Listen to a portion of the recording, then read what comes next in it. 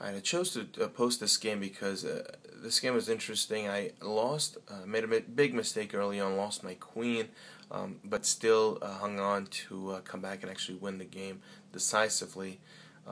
So we'll go ahead and get started. The game starts with his knight. I go into my French defense um, just to feel him out and try to figure out where he's going to go from there. And these are all the standard French defense moves on my part. This right here, this move by the bishop with the bishop is a bit unorthodox. Usually they'll bring the bishop up here or down here, or just leave them here to protect this pawn. But nonetheless, he did that, and I moved my queen over. Now I'm attacking this pawn here, and at the same time I'm adding an attacker on this pawn. He moves his queen, which, although now he's protecting this pawn, this one is left unprotected. So I take it, knowing that this knight, if he takes, he's going to be taken back. So that's what happens. He moves his pawn, and I bring back my knight. Brings out his bishop, and I develop my knight. And at this point, he moves his knight over, which I don't like this move on his part, because number one, where does he go from there? The knight can't move here or there. If I move my queen, he's going to be taken. And really, you don't want to have your knights sitting on the edges, but nonetheless he does.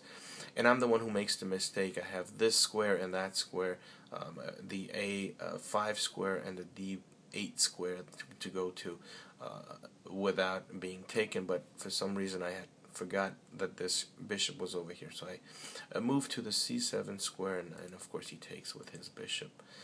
At this point, I decide I'm going to continue the game instead of resigning and seeing what happens. I developed my bishop so I can castle over here, and he makes a big mistake, one of two major mistakes. He brings his bishop to E5 for no reason, so I take with my knight. Then he castles and I castle. And now he moves up his pawn. Again, that's a mistake because he's opening up his king side for no reason. He has a big advantage right now, and all he should do is focus on developing his pieces and mounting an attack. But instead, he moves his pawn over here. I bring back my knight. He brings his pawn up again. I'm not worried about him taking it, because then I'm going to develop, take back, and have some tempo over here. That's not a problem.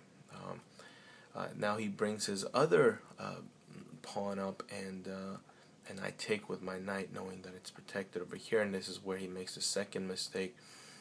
And then I take his bishop. So now actually the game is fairly equal. We both have both of our rooks.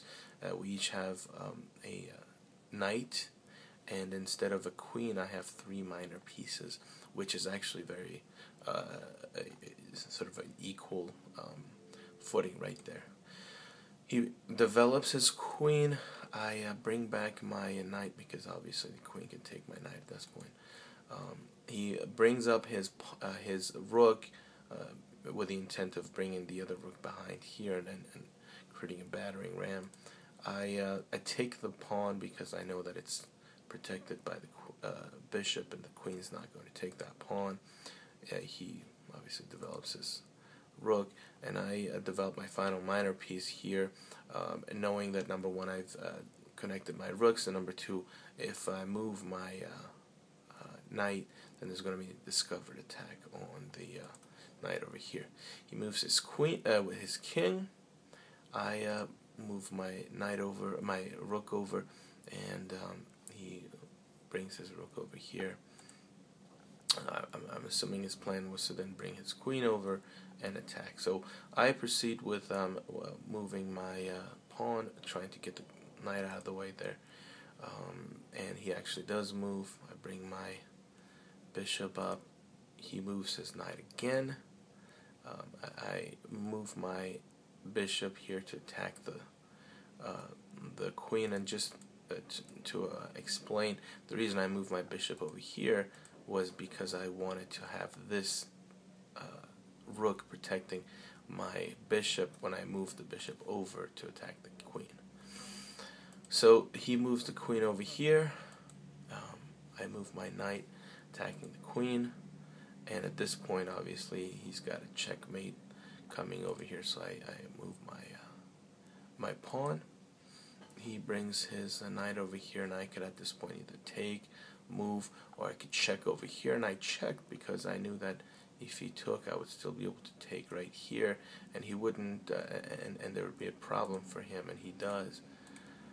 And so I take, and he takes back, and then I develop my rook, and now I've got a little tempo over here, putting him in check.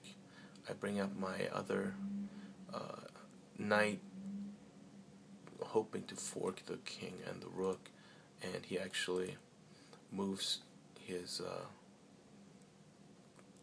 pawn, and I'm able to do that. So now I take one of his rooks, then I put him in check again, and I bring out, and I move this pawn and open up a discovered attack on the rook.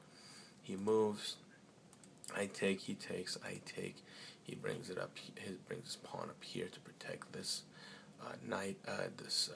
pawn, and I bring up my rook. He moves his rook over here because he knows if he takes with his queen, I can't take back. But I actually check him.